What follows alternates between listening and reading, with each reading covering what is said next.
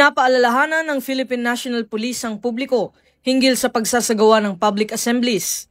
Alinsunod sa batas, ang pagsasagawa ng public assembly nang walang paunang abiso o permit mula sa lokal na pamahalaan ay ipinagbabawal.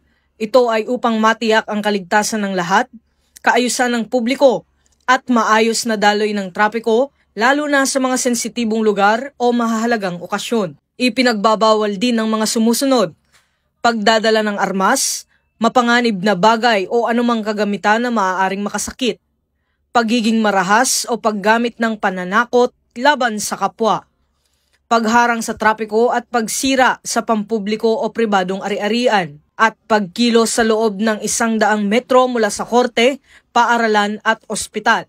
Mahigpit na ipatutupad ang mga probisyong ito at ang sino mang lalabag ay maaaring manugot sa ilalim ng umiiral na batas.